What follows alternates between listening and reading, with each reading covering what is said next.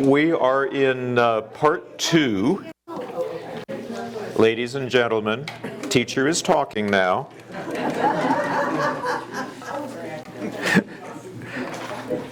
We are in part 2 of our 5-part series on the final days of Jesus.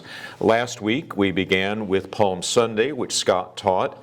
Today I'm doing Monday, Tuesday, and Wednesday of the last week of Jesus' life. And next week, if her health holds, Martha Curry will be here to teach what happens on Thursday. And then I think I'm back for Friday. For Friday and Saturday, I think, to finish this out. And then that will take us right up to Holy Week. And you'll kind of begin to see all of this fall into place in the readings that we use then. We have one more after that. We have one more after that? We have the resurrection. I have a resurrection one too. Gotta have that. In case you're interested, we'll have the surprise ending, if you will. Okay. If you have this little piece of paper, it's the outline that I'm going to follow today. And if you get lost or wonder where I am or what I'm talking about, this is what we're going to do. Most of what the outline that I'm following to present this class is taken from Matthew.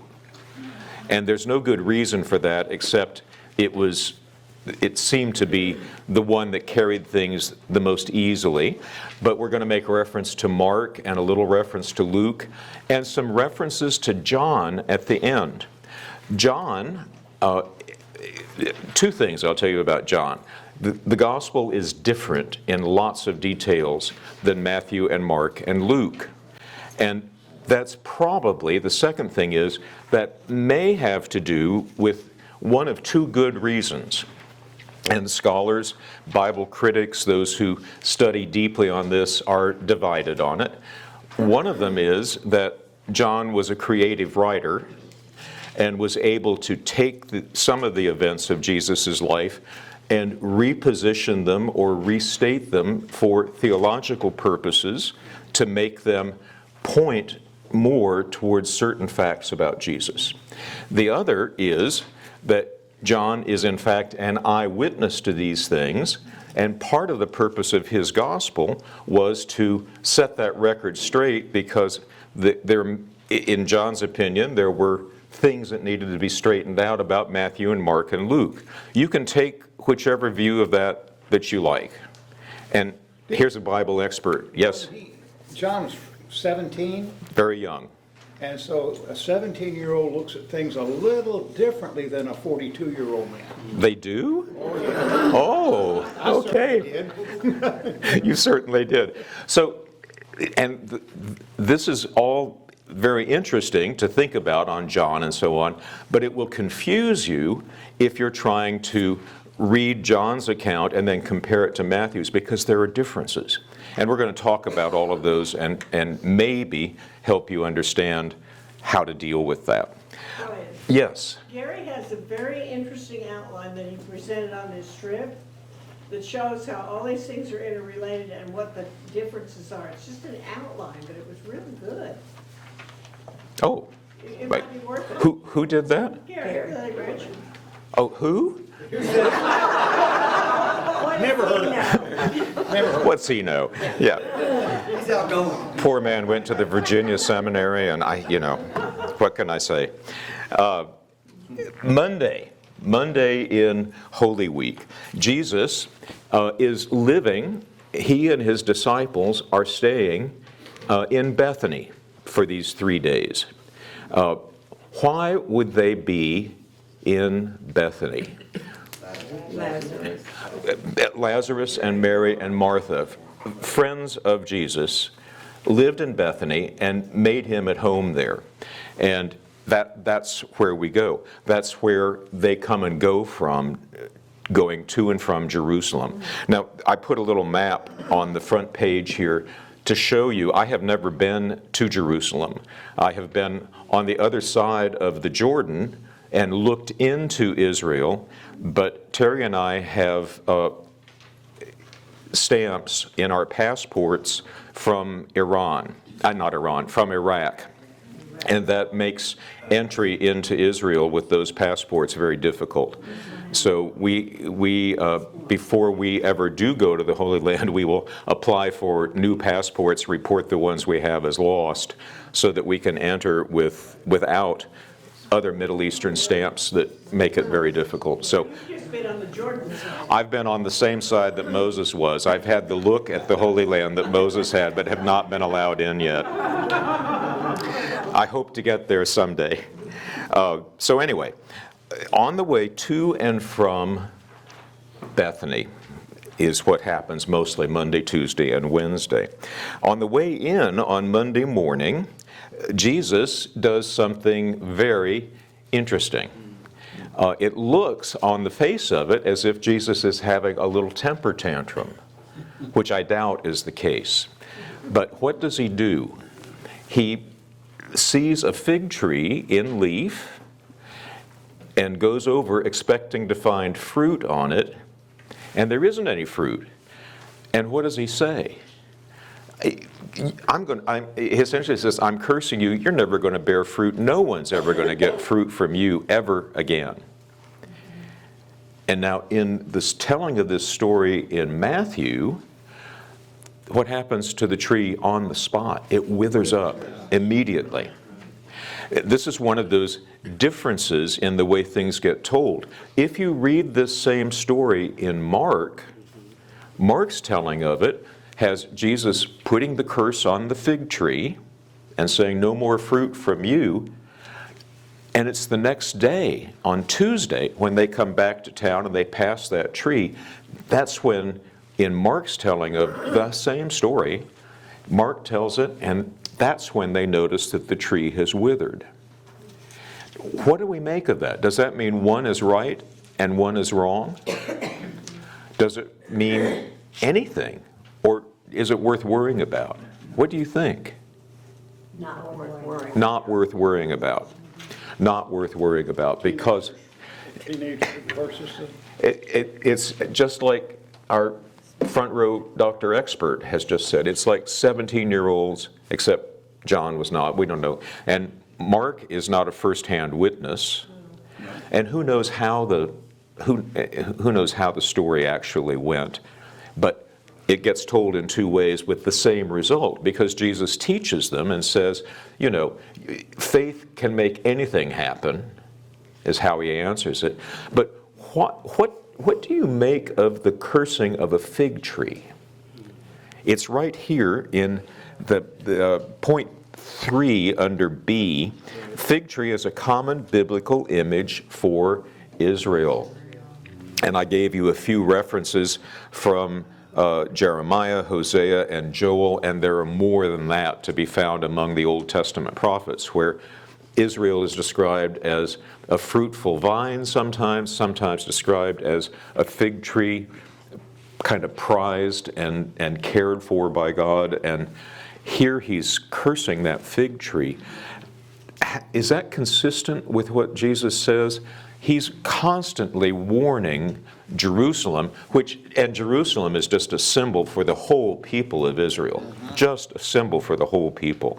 But he's constantly warning them about the inevitability of punishment for decades, centuries of disregarding the covenant of God.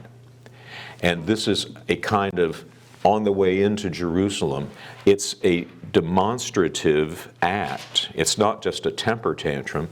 He's teaching the disciples about two things, the power of faith, and giving them a kind of preview of what's going to happen in Jerusalem. And Jerusalem is, in fact, destroyed, ravaged, sieged, temple destroyed, everything carried off by the Romans 30 or 40 years after the time of Jesus. And I think there's a principle in the New Testament that fruitless is useless. Fruitless is useless, and that's exactly it. This tree was in full leaf. One would expect to find the fruit on it. And Israel has had years of tending by God. Years, decades, centuries, millennia of favor and goodness and care, and there's no fruit. In the Gospel of Luke, this is point 2 on this little part of it, there is a parable, not a real-life historic reciting about something that happened with Jesus and the disciples, but a story from Jesus about a fig tree that isn't bearing fruit. And the owner of the vineyard, or of the grove, goes and says to the gardener, this tree's had 3 years. Within 3 years, fruit would normally appear. And it says, this tree's not going to bear any fruit. Cut it down, and we'll plant another one.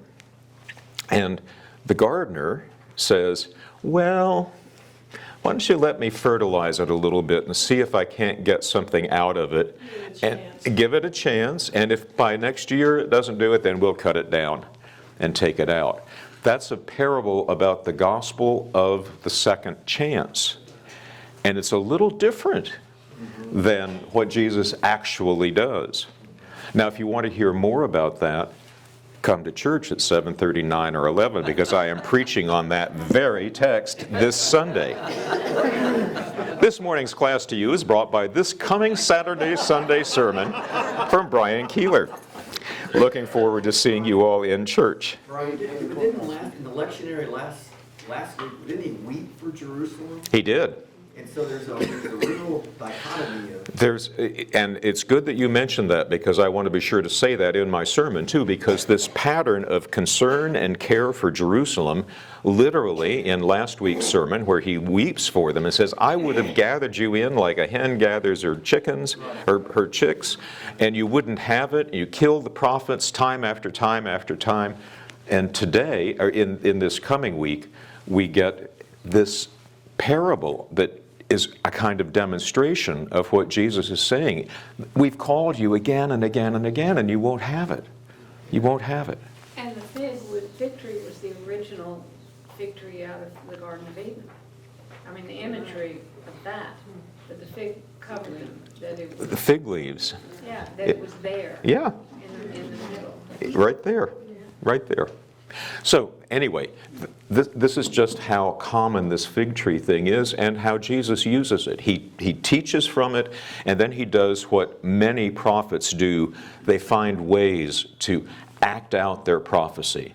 Broken pots, plumb lines that are straight or not straight. The images of what prophets do to demonstrate are just like what classroom teachers do when they create demonstrations in front of their students to show what they're talking about. So that's the first thing that happens in on Monday, and carries over into Tuesday if you read it from Mark. Then he arrives and goes to the temple just as he did the day before. Palm Sunday, he comes into Jerusalem. The Gospels say towards the evening he went and looked around at the temple, and then he went home. But he came back today and visits the temple and absolutely turns everything upside down. Turns over all the money changers. You know why? You know what that was going on there. If you were going to offer an animal in sacrifice in the temple, which was common, that's how every occasion had a different kind of sacrifice. Sometimes they were agricultural. You made an offering of grain or fruit or whatever you had, but there are other times when it was an animal sacrifice, and the animal had to be perfect. And there was only one certified place where you could buy your perfectly bred, perfectly conditioned animal for sacrifice, and that was at the temple from these certified sellers who had a kind of franchise and had made a lot of money for a long time doing that. Scam. Today and today only, such a deal. Today and today only, he says, turtle doves, 3 for $1 instead of 2 for $1. You have the temple set up with all of these animals available for sale. And, oh, by the way, you have to pay for those in temple currency. And so you have to take your ordinary money from whatever country you come from and get it exchanged. How many of you have ever exchanged money at the airport thinking you're going to get a good rate? Yeah. How good do you think the exchange rate was in the one and only place where you could get the money changed? Not very. So in addition to those who were selling the animals, there were those who were playing the float on the difference between what that currency is worth and what they would give you for it. So Jesus comes in and takes a look at this and says, my Father's house is supposed to be a house of prayer for all people, and you've turned it into a den of thieves. And out with it. And he clears the premises there, and then the rest of the week we see him healing people and teaching them and turning it back into God's purpose. This is very, very popular with the people and rather unpopular with those who have been in charge. Such that, the next day when they come back, the first thing they question him and say, by whose authority are you doing these things? And we'll get to that in just a second. But there's so much to talk about with the cleansing of the temple, but we have only 1 hour here to do 3 days, so we're not going to be able to do much. By the end of the day, Jesus is on his way back to Bethany, which you can see on the map. It's in the lower right-hand corner. It looks like it's a long ways off. It's 2 miles. It's not an easy walk because the territory is rough, and it's on the slope of the Mount of Olives. And we know that the Mount of Olives was a favorite place for Jesus. We're going to see him seated on the Mount of Olives on the way home on Wednesday night, doing some teaching with the disciples. And the Garden of Gethsemane is on the other side of the Mount of Olives from where Bethphage and Bethany are. Bethphage is where he picked up the donkey for Palm Sunday and then rides into Jerusalem, fulfilling a prophecy. That's another of those demonstrative prophecies. I think it's from Zechariah that it says, your king will come humble and riding on a donkey. And he does this. He acts these things out on purpose so that people will see prophecy coming to life in front of them. Any questions about what went on Monday? Scott said Monday, Tuesday, and Wednesday are kind of dull, and I thought, really? What Bible are you reading over there? There's a lot. There's a lot, isn't there? Okay, on the second day, on Tuesday, Jesus returns to the temple, and the first thing that you'll find, and there are Bible references here you can see. Again, most of these are to Matthew. Oh, but before we leave the cleansing of the temple, this is one of those things that is different in the Gospel of John. If those of you who know John pretty well, when does Jesus cleanse the temple in John? At the beginning of his ministry. At the beginning of his ministry, in the early chapters of John, Jesus makes a visit to Jerusalem. Now, visits to Jerusalem are rare or only once in the tellings of Matthew, Mark, and Luke. But Jesus was a good Jewish boy, a good Jewish man who went and fulfilled the expectation that you would go to Jerusalem for the big holy days. And so John has him frequently in his gospel, frequent visits to Jerusalem. But the first one that he reports after Jesus is adult and in his ministry is where he has him cleansing the temple right from the start. And that's probably for one of those theological reasons. Because I suspect had Jesus done that on John's timetable, that he might well have been arrested and killed plenty early. And so I don't know. But that's just one of those things where when you read John, it has a different timetable, and there are 3 or 4 more things that we're going to talk about today that are like that. And you don't have to worry about it, because everything ends up with the crucifixion and the resurrection. It's just a matter of how the story is told. And it's not a matter of which one is right or which one is wrong. Yes, Amy? Well, maybe the others, maybe there was a popular idea that the reason why Jesus was crucified was because of this getting angry and being a social problem. Where John wanted it, no, it was his message, it was what he said, not his anger. And John has details about why they wanted to kill Jesus that the other Gospels do not. And we'll get to that From the too. Godfather, it's not that they had anything against him at all, he was just bad for business. He was bad for business. Yep. There you have it. So Jesus, when the authorities on Tuesday begin to say, who told you you could do this? He says, well, I've got a question for you. Have you noticed that Jesus generally does not answer questions? He does what instead? Gives you a question back.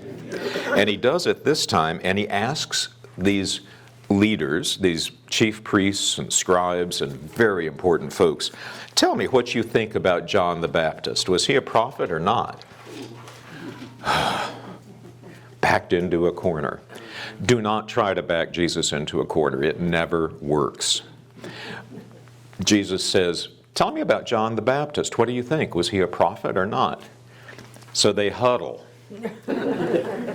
And they say, well, if we say, yes, we believe he was a prophet, then the people and Jesus are going to say, then why didn't you listen to him?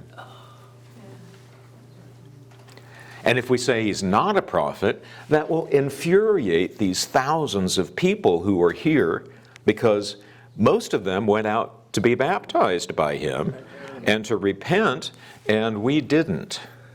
And they're going to wonder why we didn't. And so they give him an answer. We don't know. Nice try. Nice try. Jesus goes on and begins telling some stories about them, telling some parables about them. He tells one about a vineyard and the landowner who builds a wall, puts up a tower to be able to guard and watch for fire or vandals or animals or some cause of trouble in the garden, fertilizes it, plants it, and lets it out to tenants, and then goes away from them, and eventually, when the garden has matured, sends servants to come and pick up the landlord's share of the crops, the share of the revenue from the farm, from the garden. And what do you know? Those who are the tenants beat them up and kill them. And then the landowner says, I'll send my son. They'll listen to him. And he comes, and they do the same thing. And Jesus says, what do you think is going to happen to those guys who do this when the landowner himself finally comes back? And they say, well, it's going to be very bad for them. And he's of course talking about them. They don't get it. Actually, they do, I think, and it just infuriates them. And then he goes on to talk about a wedding feast. These are two stories that both involve a man and his son, the landowner and his son, the king and his son's wedding feast. And everybody gets invited. These people come, but there's somebody in there who has done something wrong. What did the person who got in, and why was the king so surprised that he got in? Clothes. On the wedding garment. Not dressed. Not dressed. Not dressed for the wedding. It's a picture of hypocrisy. Trying to fit in without doing what it takes. It's not a harsh judgment on people who don't have enough money to buy the proper wedding garment. It's about trying to get past without doing the work that is important, without bearing fruit It's just another way of Jesus telling, you guys are in trouble. It is about to fall down on top of you. You don't even see it. And they don't. They don't get it. So, having heard those two stories about themselves, they say, well, time for us to ask Jesus some questions. So we'll say, how about paying taxes to Caesar, says one of the groups. This is all going on out in public in the courtyard of the temple, where Jews and Gentiles alike are permitted to mix, and Jesus is holding forth, and he has witnesses. The people are listening. I suspect many of them are cheering for him because they think this is the Messiah. It's just a matter of time until he throws these Romans out of here, throws Herod and his dreadful family, who aren't really our kings at all, throw them all out and bring back the glory of David. That's not what's going to happen, but that's what a lot of people were hoping for. So, paying taxes to Caesar. Well, this is a question that could have backed Jesus into the corner for one of two reasons. If he had said, no, it's not legal to pay taxes to Caesar. This is God's special holy land. You are his special people. There is no reason to observe those laws at all. Don't do it. What would have happened? How many of you have been to Jerusalem and seen the temple site? Some of you have, I know, many of you have. Can you still see, or do they point out to you, where what was called the Tower or the Pillar of Antonia was? That was a fortress, a Roman fortress that was built right beside the temple and high enough, multiple stories high, so that the Roman garrison that was stationed there at all times, because this temple was an explosive place, high emotion and excitement and action takes place there. Rebellions frequently began right there. And so here's this huge Roman fortress full to the brim of hundreds of Roman soldiers, heavily armed, and their job was to sit there and keep an eye on it. So here's Jesus of Nazareth, itinerant rabbi, comes to town and says, no, pay no taxes to Caesar. People from all over the country are packed in because it's the week of Passover, and a rebellion could have started, and the whole bunch would have been wiped out by those nearby Romans. So that's one of Jesus' options, is say, no, don't pay any taxes. Or he could say, yes, of course, pay taxes to Caesar and cooperate with the invaders and the occupiers. And he would lose his entire credibility with the crowd, with his disciples, with everybody. So what does he say? Show me the coins. And this is particularly good because there are special coins for God in the temple. He took care of all of that money-changing stuff yesterday. He says, show me the coin you're talking about. Whose picture's on it? Whose inscription is on it? Caesar's. He says, well, give to Caesar what's Caesar and give to God what is God's. They're not the same. Don't back Jesus into a corner. It's not going to work. And another attempt. Out come the Sadducees this time. You know, two big kind of interest groups, parties, among these leading people of ancient Judaism. There were the Pharisees, who specialized in keeping the law perfectly, and then there were the Sadducees, who specialized in padding their own nest and, by all means, collaborating with the Herod kings and with the Romans. Do what you have to do to get by. And there was a difference in belief between these two groups. The idea of resurrection was new. It wasn't new, but it had been taking root for 200 or 300 years among the ancient Jewish people. The Pharisees were all for it and expected some kind of future life from God.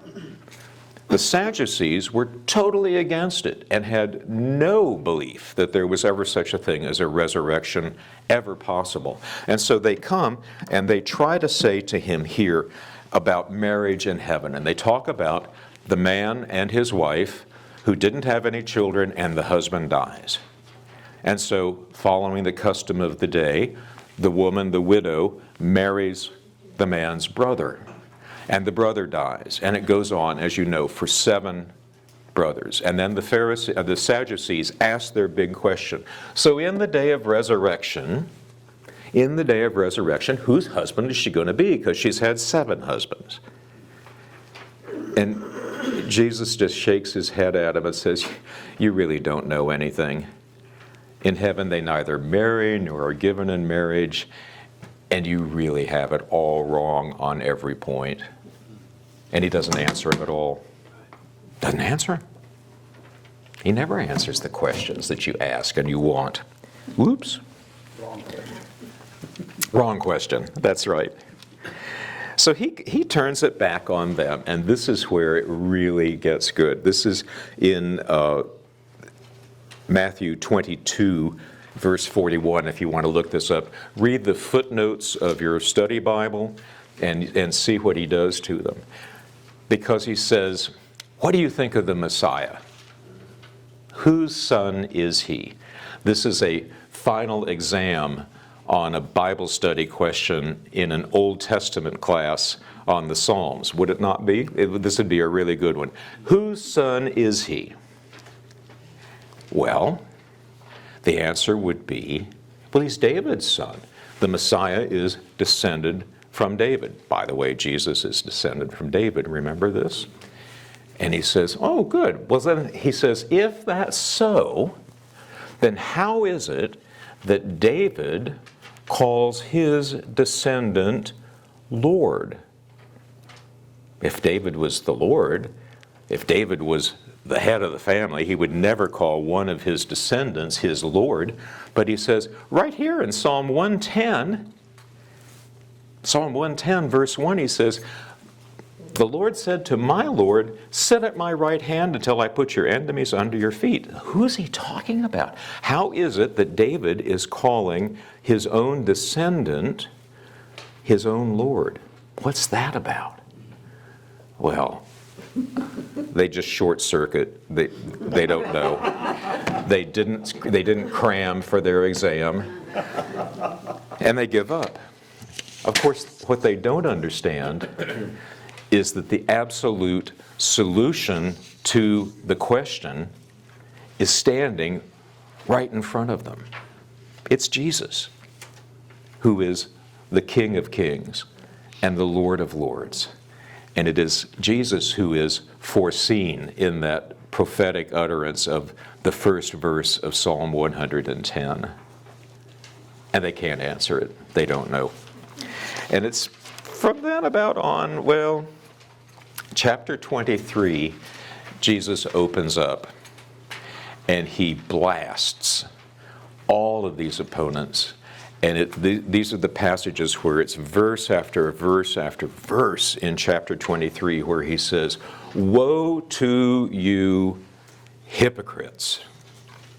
You do this, you do that, you lay all these things on people, you don't have it right at all.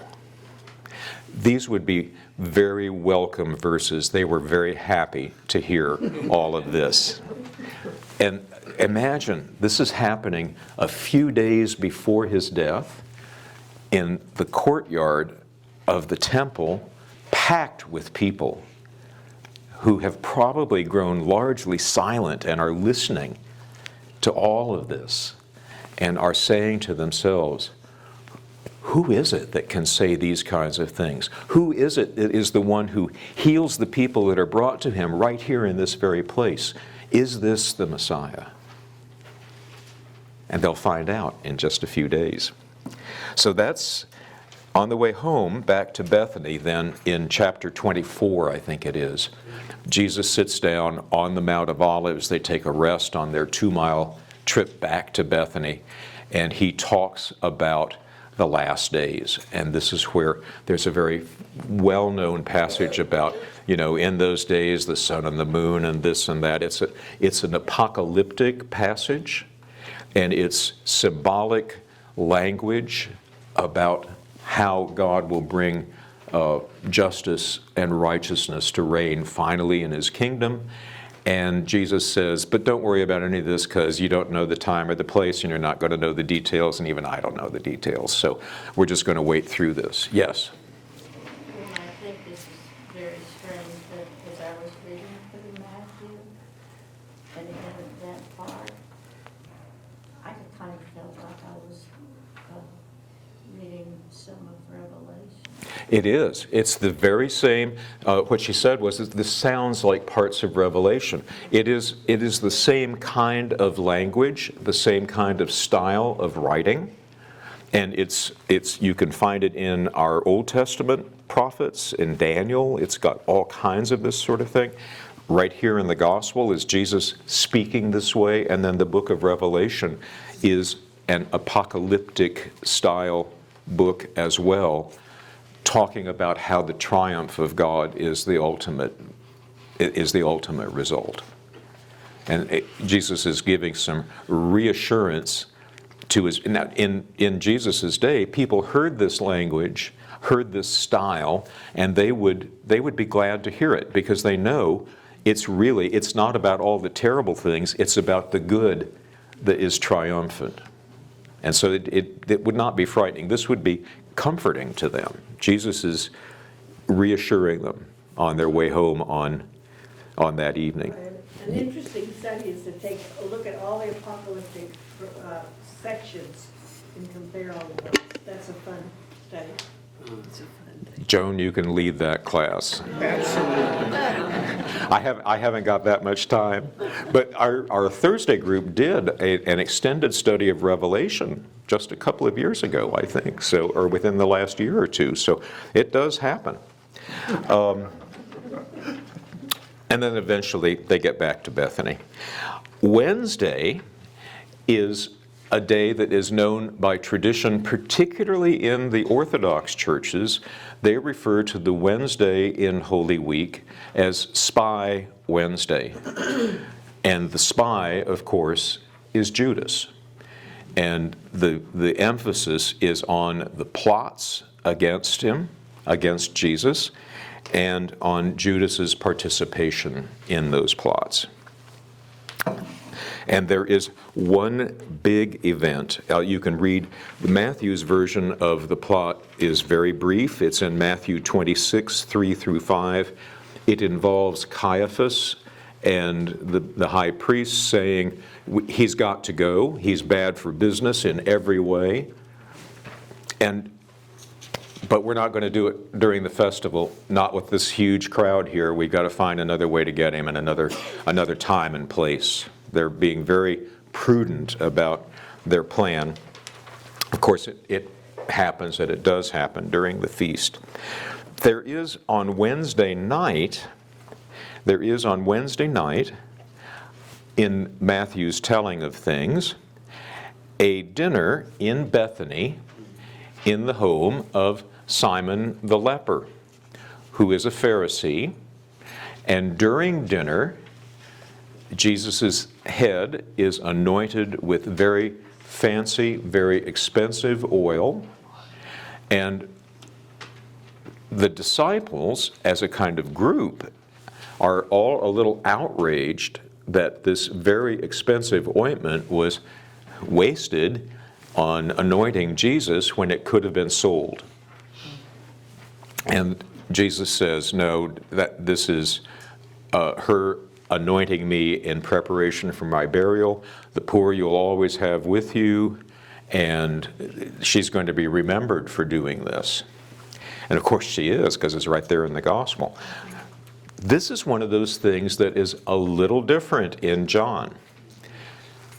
John has this dinner in his gospel, but it happens on Saturday before Palm Sunday.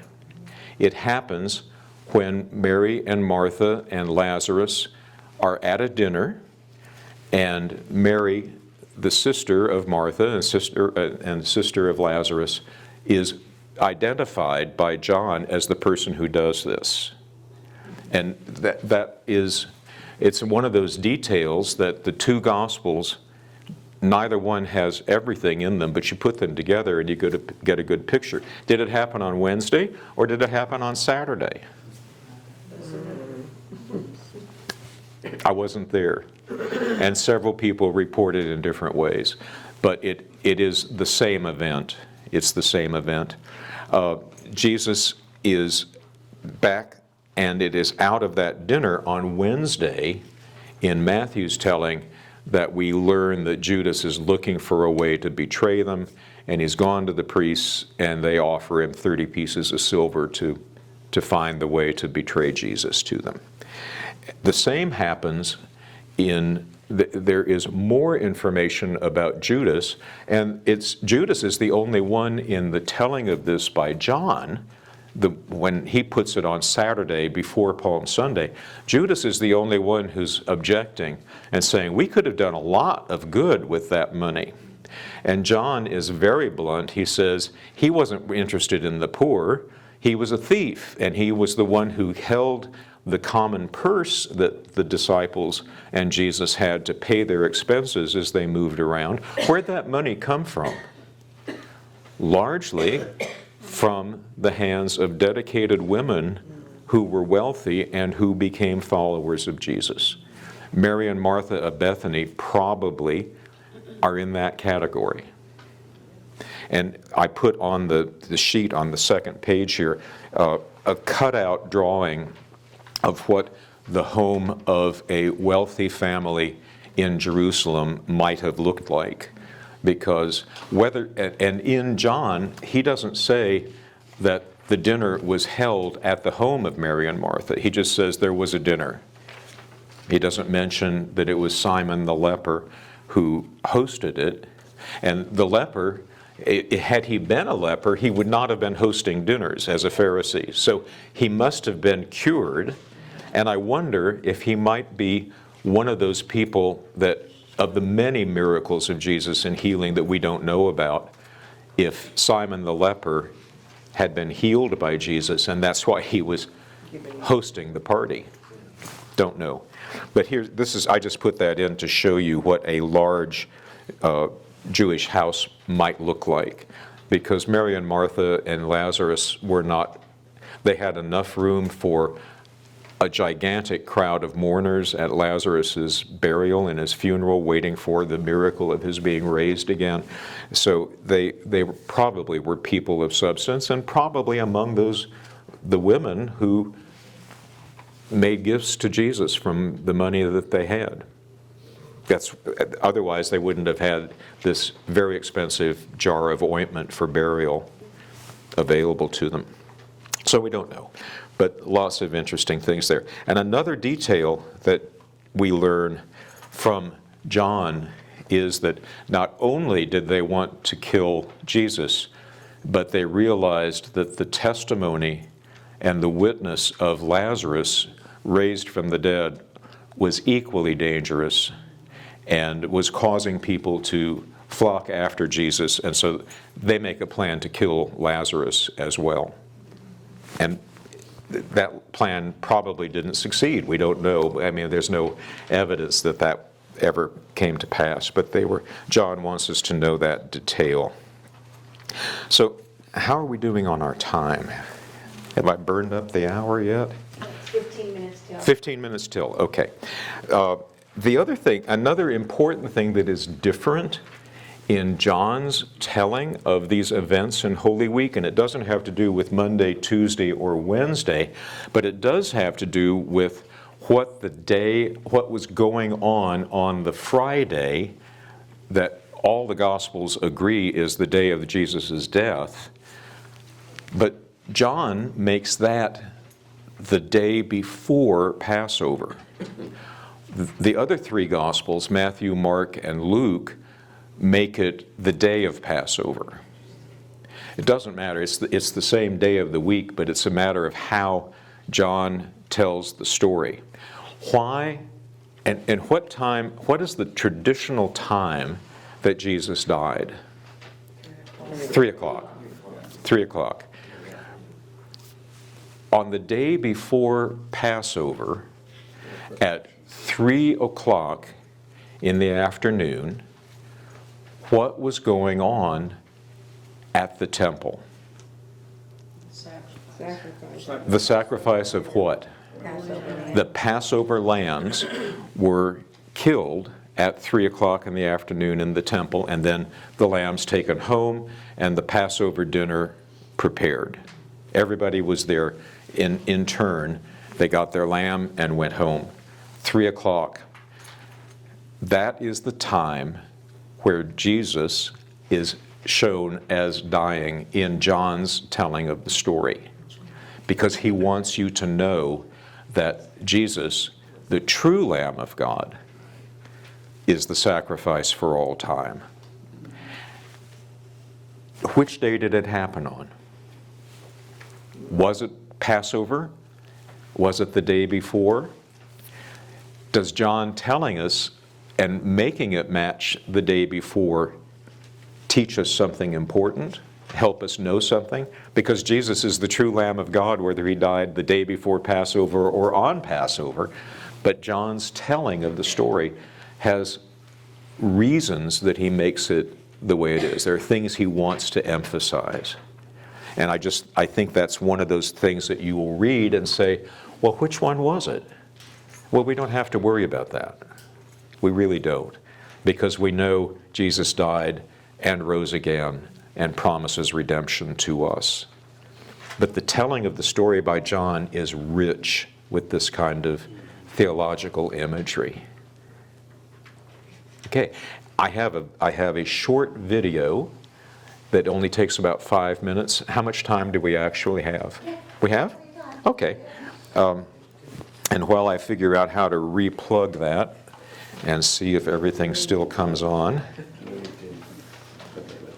When those of you who have been to the Holy Land went to the Holy Land, come on. It probably turned itself off.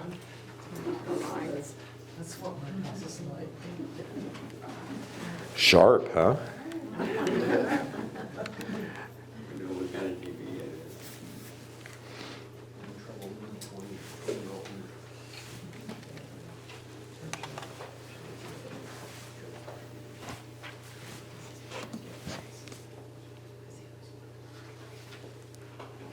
Ah, there it is. Yeah, very good.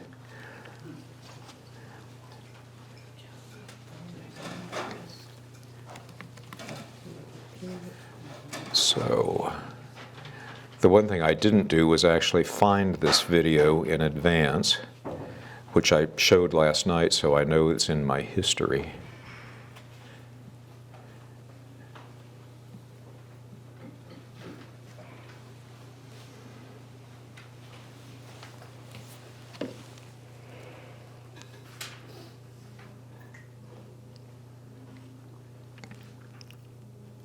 There it is.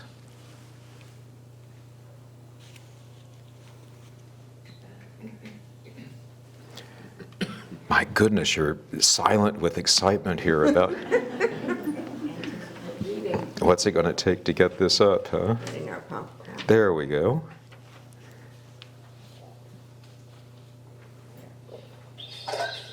In the course of their journey, he came to a village, and a woman named Martha welcomed him into her house.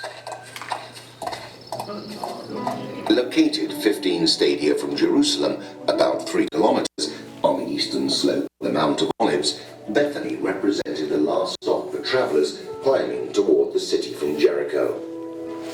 This site was the setting of 3 gospel episodes of great tenderness and strength. The conversation between Jesus and Martha, the resurrection of Lazarus, and the supper at the house of Simon the leper. Martha, Martha, he said, you worry and fret about so many things, and yet few are needed. Indeed, only one. It is Mary who has chosen the better part, and it is not to be taken from her. Martha, who is serving, is concerned about offering hospitality worthy of Jesus, while Mary sits at Jesus' feet listening. She is the perfect disciple. Here we see that Martha is truly a prisoner of the model of womanhood imposed by Eastern society. Women were made for serving. Jesus, by contrast, comes to liberate women and accepts that a woman may be a disciple. This was absolutely new to Judaism. Rabbis did not accept women among their disciples, but Jesus did. He permits Mary to listen to him. She is seated like the other disciples. Ancient Bethany corresponds to the present-day Arab village of Al-Azariah, from the Latin Lazarium, the name the Christians gave to the village which, starting from the 4th century, grew up around an underground cave identified by local tradition with the tomb of Lazarus, Jesus' friend, brought back to life 4 days after his death. I am the resurrection. Anyone who believes in me, even though that person dies, will live. And whoever lives and believes in me will never die. The idea of resurrection was not yet widely admitted in the Old Testament. We have only 2 texts, one from the book of Daniel and one from the book of Maccabees, which accept resurrection of the body. And Jesus wanted to prepare his disciples to accept his own rising again from the dead. For this reason, shortly before his resurrection, he came here to call his friend back to life. From the end of the 4th century, Lazarus' tomb could be reached from the forecourt of a large Christian basilica with 3 aisles separated by rows of columns and splendid mosaic flooring. In the 6th century, a new church was built along the same axis, shifted slightly eastward. It preserved the structures of the earlier building, which was transformed into a vestibule. It remained in use for several centuries, and during the Middle Ages it was greatly reinforced and embellished with mosaics and painting.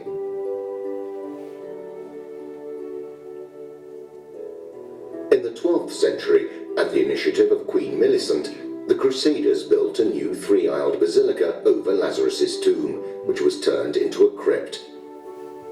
It was entrusted to the care of the adjacent abbey of Benedictine sisters, among whose members was Yvette, the Queen's sister. In the 15th century, the entire area was incorporated into a Muslim mosque, making the tomb difficult to reach for Christian pilgrims. Between 1566 and 1575, the custody of the Holy Land opened a new entrance to enable pilgrims to access the venerated tomb without passing through the mosque. Even today, 24 steps lead to a vestibule from which one may enter the mortuary chamber through a narrow opening in the floor, formerly closed off by a stone. It was the same Mary, the sister of the sick man Lazarus, who anointed the Lord with ointment and wiped his feet with her hair. Bethany is also the place where Simon lived, Simon the leper, who invited Jesus to supper. Jesus willingly accepted the invitation to supper at the home of the Pharisees. We are used to seeing the Pharisees only as Jesus' enemies, but Jesus had many friends also among the Pharisees and accepted the invitation. And during one such supper, a woman came with perfumed oil and anointed Jesus' feet. When they comment upon this passage, the church fathers say, the home is a church that must be filled with the perfume of Jesus. The present sanctuary was designed by the architect Baluzzi and built in 1954 by the custody of the Holy Land. It is conceived as a mausoleum and partly incorporates the ruins of the former ancient basilicas brought to light by archaeological excavations. The suggestive combination of semi-darkness and the light flooding the dome makes the hope of resurrection and life delivered to us here by Jesus' words clear, radiant, and perceptible.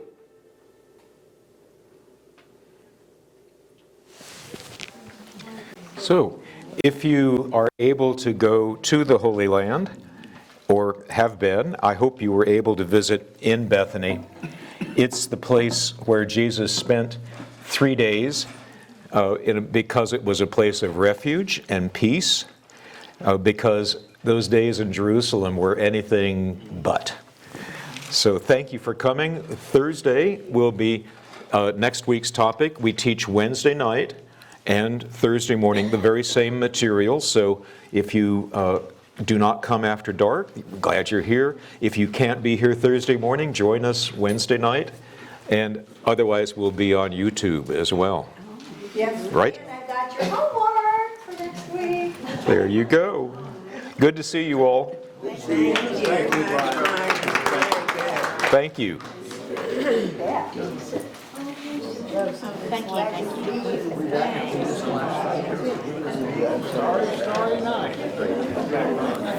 With our old long-dead Wheaton Terrier in the middle of it.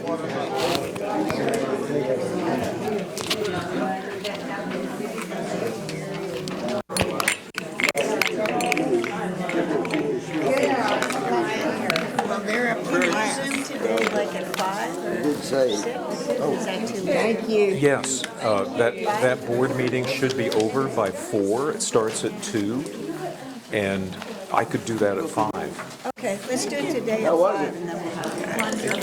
Can you, I'll reach out to